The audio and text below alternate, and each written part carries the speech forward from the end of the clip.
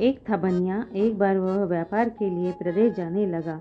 जाते जाते अपनी पत्नी को बुलाकर उसने कहा, मैं प्रदेश जा रहा हूँ, तुम अच्छी तरह से रहना, बच्चों को भी संभालना और अपनी सास का भी अपने बच्चों की तरह देखभाल करना। याद रखना, माँ से कोई काम मत कराना। बहू ने बोला, ठीक है, मैं आपकी बात समझ गई, मैं वैसा ही करूँगी जैसा आपने बोला है। आप आराम से जाइए। और बहू ने बात ध्यान में रखी। बनिया तो चला गया। बहू ने दूसरे दिन ही माँ जी से कह दिया, माँ जी, आपके बेटे ने मुझसे कह गए हैं कि माँ को अपने बच्चों की तरह संभालना और उनको कोई काम मत करने देना। अब आप घर का कोई काम मत कीजिए, आपको इन बच्चों के साथ खेलिए, खाइए और मौज कीजिए। माँ जी गहरे सोच में पड़ गई। फिर बोली, बहू ठीक है, अब मैं ऐसा ही करूँगी।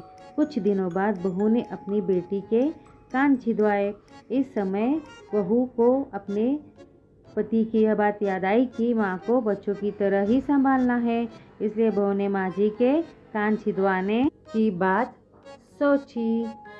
उसने माँ जी से कहा, माँ जी चलिए, आपके कान छिदवाने हैं। यह सुनकर माँ जी घबरा उठी। उन्होंने बहू से कहा, बहू, मुझे अपने कान नहीं छिदवाने हैं, क्या अब अपने इस बुढ़ापे में मैं कान छिदवाऊँ? बहू बोली, जी नहीं माँ जी, आपको तो यह करना ही होगा। मैं नहीं चाहती कि आपका बेटा मुझे कहे, इसलिए आपको मैं अच्छी से देखभाल करूँगी। मेरी दोनों आंखें बराबर है, जैसे लड़की है वैसे ही आप भी है। माँ जी मन में समझ गई और सुनार के पास बैठकर उन्होंने अपने कान छिदवा लिए। सुनार ने कान छेदे और कान को धागा भी डाल दिया। बहू जिस तरह रोज़ रोज़ लड़की के कान में तेल लगाती थी, उसी तरह माँ जी के कान में भी लगाती रही। थोड़े दिनों बाद बहू ने अपनी बेटी के लिए बाली बनवाई, तो उसने अपनी पति की बात याद आई और उसने माँ जी के लिए भी बाली बनवाई और कहा, आइए आपको यह बाली पहना दूँ। माँ जी ने कहा, बहू, मुझको बाली क्यों पहनाती हो? मैं बूढ़ी हूँ, मुझे इसकी ज़रूरत नहीं है। बाली तुम अपनी बेटी को पहनाओ, मुझको नहीं पहननी है। लेकिन बहू नहीं मानी, ज़बरदस्ती से माँ जी को बाली पहना दी। इसके पश्चात छोटे बच्चों के साथ अपना मनोरंजन करती, घूमती, खेलती और कई तरह की मौज मस्ती करती। बहू ने एक बढ़िया दिन देखकर अपने बेटे की नाई से चोटी रखवा ली। फिर बहू को माँ जी की याद आ गई। माँ जी बच्चों के साथ खेल रही थी। उन्होंने वहाँ से बुलवा लिया और कहा, माँ जी आइए, नाई के सामने बैठिए। अपने लड़के की तरह मुझे भी आपके सर पर भी चोटी रखवानी है। जब गोविंद के चोटी रखवाई है तो आपकी क्यों न रखवाओ, इसलिए आप जल्दी आइए। माँ जी ने बहू को बहुत समझाया, पर बहू टस से मस न हुई। आखिर माँ जी नाई के सामने बैठी और उन्होंने अपने सर पर चोटी रखवाई।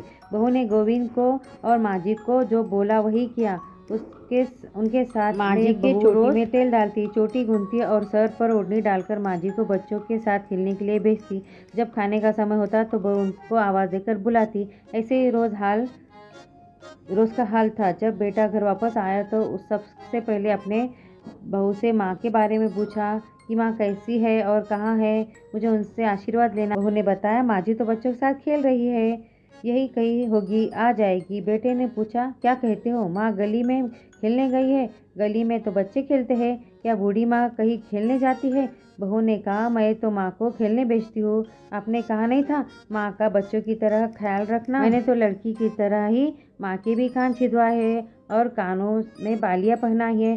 जब लड़की की चोटी रखवाई तो मैंने माँ की भी चोटी रखवा ली। मैं सबको खेलने भेजती हूँ तो माँ को क्यों न भेजूँ? मुझको सबके साथ साथ एक सा व्यवहार करना चाहिए। पति समझ गया कि उसकी मूर्ख स्त्री की अकल का दिवाला निकल गया है। बाद में पति ने कहने पर बहू ने माँ को पुकारा और माँ जी गली में से खेलती खेलती आई और अपने बेटे को देखकर उसकी आंखों में आंसू छलछला आए। माँ की हालत को देखकर बेटा भी दुखी हो उठा। बहू की मूर्खता के लिए बेटे ने माँ से माफ़ी मांगी और बहू को बड़ी उल्टी सीधी सुनाई। तो आपको ये कहानी कैसी लगी मुझे कमेंट्स में ज़रूर बताएं और लाइक, शेयर और सब्सक्राइब तो ज़रूर करिए। और आपको कैसी कहानियाँ सुननी है वो भी बताइए। बाय।